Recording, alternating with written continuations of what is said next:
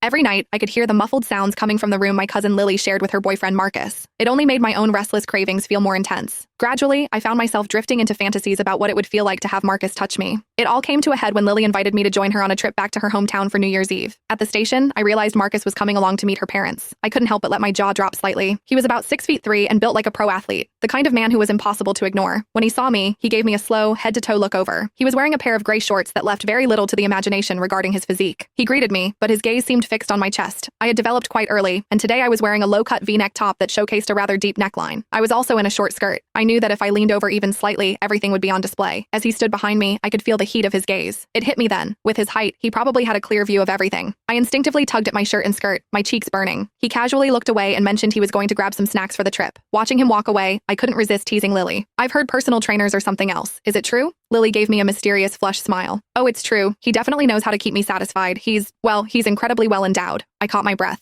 My God, that must feel incredible. I couldn't help but wonder what it would be like to experience that just once. I glanced back in his direction. As he walked, his physical presence was undeniable, shifting with every step. I'd heard rumors about how much a man like that could grow. I felt a sudden weakness in my legs just thinking about the logistics of it. Lily had told me before that he was high maintenance, needing attention several times a day. Every time I saw her, she had a certain radiant glow. It was clear she was being very well taken care of. As I was lost in thought, Lily leaned over and winked at me. "Want to give him a try?" My breathing hitched. I bit my lip, feeling a wave of guilty excitement. "Lily, stop teasing me!" I looked up and saw a flash of genuine interest in Marcus's eyes as he overheard our exchange. Finally, we boarded the train. Lily had booked a private sleeper cabin for us. It was just the three of us in the compartment, with a curtain drawn across the entrance for privacy. She and Marcus settled onto the bunk opposite mine. Lily leaned against him, scrolling through her phone, while his hands began to wander freely. Watching them, my face felt like it was on fire. I tried to focus on my own phone to hide the awkwardness, but my eyes kept drifting back. Lily was wearing a tight purple dress that hugged every curve perfectly. 10 minutes passed, and I noticed Marcus's hand slipping beneath the fabric several times. When his hand eventually emerged, it was glistening. Lily whispered shyly, "Wait, Claire is still right here." As night fell and the train grew quiet, the attendant dimmed the lights to their lowest setting. To my shock, Lily climbed onto Marcus's lap and they began to move in rhythm. I licked my lips, my mind racing with vivid images. Before I knew it, I drifted off to sleep. I don't know how long I was out, but Lily's voice eventually woke me. I opened my eyes to find the cabin lights back on. Lily gave me a playful wink. "Claire, are you hungry? Could you go to the dining car and grab 3 meals for us?" Looking at the obvious physical state Marcus was in, I knew exactly what she was asking for. "Sure," I replied quickly.